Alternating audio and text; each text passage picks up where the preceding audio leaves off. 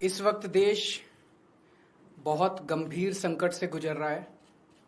पूरे देश में एलपीजी गैस जिसे हम बोलते हैं, जो घरों में खाना बनाने के भी काम आती है, रेस्टोरेंट में, इंडस्ट्री में, तरह तरह से लोग इसका इस्तेमाल करते हैं एलपीजी सिलेंडर का, गैस का। इसकी देश में भारी किल्लत हो गई है और उसका कारण है कि पूरे देश में जितनी डेली प्रोडक्शन होती है उसकी 50% प्रोडक्शन कम हो रही है, 50% प्रोडक्शन कम हो रही है। ये कैसे, मैं आपको थोड़ा समझाता हूँ। हमारे देश में जितनी एलपीजी की खपत है उसका 60% इंपोर्ट होता है और उस 60% इंपोर्ट का 90% स्ट्रेट ऑफ हर्मुज से आता है। और स्ट्रेट ऑफ हर्मुज अब इंडिया में जितना आता था इंडिया के लिए बंद हो गया, तो 90% इंपोर्ट्स कम हो गए हैं। तो लगभग 50-55% प्रोडक्शन हमारे देश की एलपीजी की कम हो गई है। इसका सबसे ज्यादा खामियाजा इस वक्त इमीडिएटली रेस्टोरेंट्स और होटल बर्दाश्त कर रहे हैं। सरकार ने आदेश जारी किया है कि रेस्टोरेंट और होटल्स को एलपीजी गैस मुहैया नहीं कराई जाएगी। रेस्टोरेंट्स एंड होटल्स एलपीजी की स्टॉक नहीं रख सकते, वो उसको स्टोर करके नहीं रख सकते क्योंकि सेफ्टी कंसर्न्स होते हैं। तो जितने एलपीजी सिलेंडर उनको रोज चाहिए होते हैं उतनी डेली की डेली उनको सप्लाई की जाती है। तो अब एकदम से अगर एलपीजी बंद हो गई तो उनके पास तो 2 दिन का भी स्टॉक नहीं है, 1 दिन का भी स्टॉक नहीं है। इसकी वजह से अब मुंबई में 20% होटल और रेस्टोरेंट बंद हो चुके हैं और लगभग अगले 2 दिन के अंदर 50% रेस्टोरेंट और होटल बंद होने जा रहे हैं। तमिलनाडु में लगभग 10,000 होटल और रेस्टोरेंट्स बंद होने की कगार पे हैं। पंजाब और दिल्ली एनसीआर में हजारों होटल और रेस्टोरेंट्स आने वाले कुछ दिनों के अंदर बंद होने जा रहे हैं। और ये पीक वेडिंग सीजन है, शादियों का सीजन है। तो मुझे लगता है अगर ये जारी रहा तो बहुत सारे लोगों को शादियां पोस्टपोन करनी पड़ेंगी। और इसी तरह की कहानियां बेंगलोर, हैदराबाद, पश्चिम बंगाल, छत्तीसगढ़, हरियाणा, बिहार, सब जगह से आ रही हैं। मोरबी जो गुजरात में है, जिसको कि टाइल इंडस्ट्री का एक तरह से कैपिटल माना गया है, वहां पे 650 इंडस्ट्रीज हैं। उनमें से 170 इंडस्ट्री बंद हो चुकी है और 1 लाख लोग बेरोजगार हो चुके हैं। पूरे देश में इससे 1 करोड़ से ज्यादा लोगों के एकदम से बेरोजगार हो जाने की आशंका है।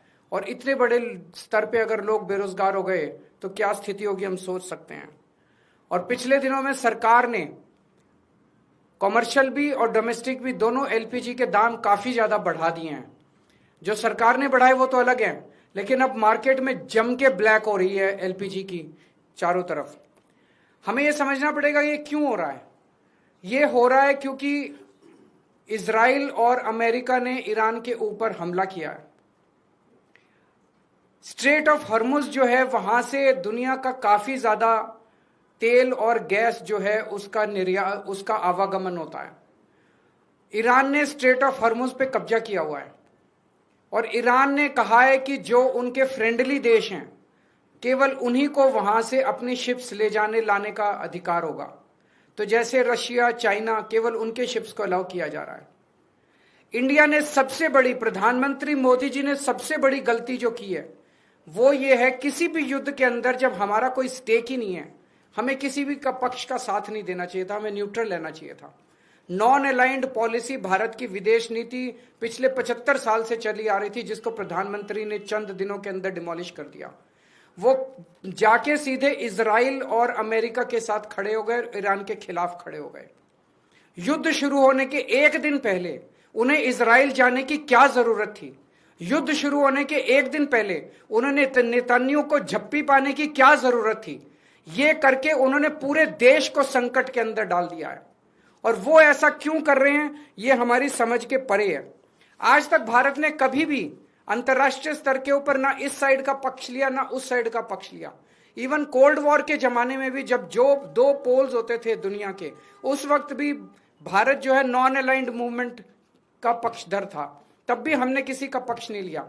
अभी प्रधानमंत्री जी ने सीधे सीधे अमेरिका के और इजराइल के पक्ष में अपना वो रखा और हमने ईरान जो हमारा पुराना दोस्त था, जिसके साथ हमारा काफी वो था, उसको हमने अपना दुश्मन बना लिया। 140 करोड़ पिछले कुछ दिनों में, पिछले कुछ महीनों में, पिछले 1 साल से हम देख रहे हैं किस तरह से प्रधानमंत्री मोदी जी सीधे सीधे, ऐसा लगता है मेरे को ये शब्द इस्तेमाल करते हुए बेहद शर्म महसूस हो रही है, प्रधानमंत्री मोदी जी ट्रंप के गुलाम बने हुए हैं।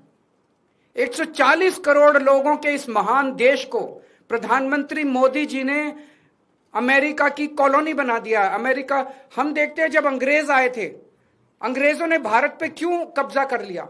अंग्रेजों ने भारत पे कब्जा किया था क्योंकि उस वक्त हमारे देश के अंदर शासन करने वाले जितने राजा थे वो कमजोर थे, उनको ब्लैकमेल किया जा सकता था, उनको खरीदा जा सकता था, उन पे अटैक करके अंग्रेजों ने कब्जा कर लिया। आज अमेरिका ने हमारे देश पे कब्जा कर लिया है क्योंकि एक तरह से हमारे देश का प्रधानमंत्री कमजोर है, उसको ब्लैकमेल किया जा रहा है। प्रधानमंत्री को किस वजह से ब्लैकमेल किया जा रहा है? एक एक देशवासी का खून खौल रहा है इस टाइम। जिस तरह से डेली ट्रंप और वहां के छोटे छोटे सेक्रेटरी, छोटे छोटे अदने से कर्मचारी, अफसर अमेरिका के हमारे प्रधानमंत्री का, हमारे देश का मजाक उड़ाते हैं रोज टीवी के ऊपर बैठ के। खून खौल उठता है एक भारतवासी का, खून खौल उठता है एक देशवासी का, जिस तरह से हम इतनी जिल्लत और इतनी इंसल्ट महसूस कर रहे हैं। ऐसा हमने क्या किया है? हमारा यही कसूर है कि हमारा प्रधानमंत्री एक कमजोर आदमी है। जो आदेश देते हैं ट्रंप, सर झुका के, जी हजूर करके हमारे देश के प्रधानमंत्री उसको मान लेते हैं।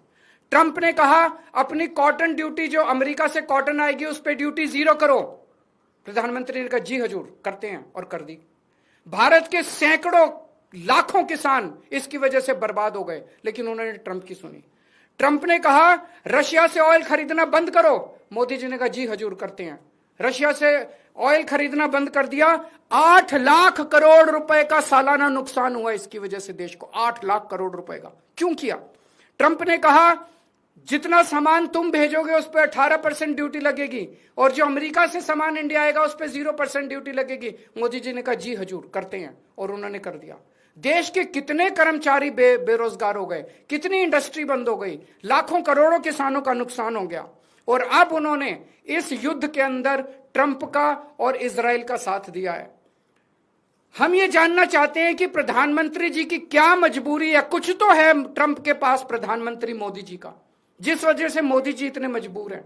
ट्रंप खुलेआम कह रहा है मेरे पास मोदी जी के कुछ ऐसे राज हैं जिनको अगर मैं पब्लिक कर दूं तो मोदी जी का करियर खराब हो जाएगा। अगर मोदी जी को लगता है कि कुछ ऐसी शर्मनाक बातें हैं ट्रंप के पास जिनको पब्लिक में आने से उन्हें नुकसान होगा, वो इस्तीफा दे दें, पर देश के साथ खिलवाड़ ना करें। कोई और पद जाएगा प्रधानमंत्री।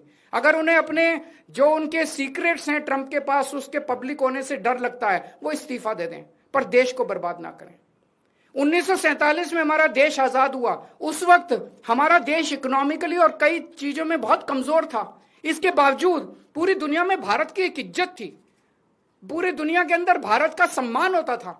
1971 में जब सीधे सीधे अमेरिका ने धमकी दी थी इंदिरा गांधी जी को, तत्कालीन प्रधानमंत्री को, कि अगर तुमने पाकिस्तान पे हमला किया तो अमेरिका भारत पे हमला कर देगा। इंदिरा गांधी ने अमेरिका की एक नहीं सुनी, हमने पाकिस्तान पे हमला करके बांग्लादेश को आजाद कराया। वो एक जमाना था जब भारत चौड़ा होकर पूरी दुनिया के अंदर चलता। आज हमारे देश के प्रधानमंत्री मोदी जी ने भारत का सर झुका दिया है पूरी दुनिया के अंदर। हम चाहते हैं कि ये पॉलिसी, फॉरेन पॉलिसी इस तरह की ना की जाए, हमें अमेरिका का गुलाम ना बनाया जाए, ट्रंप के सामने नतमस्तक ना हुआ जाए, और देश की विदेश नीति हमारे भारत के क्या इंटरेस्ट्स हैं उसके हिसाब से बननी चाहिए, ना कि प्रधानमंत्री जी की मजबूरियों और कमजोरियों की गुलाम होनी चाहिए।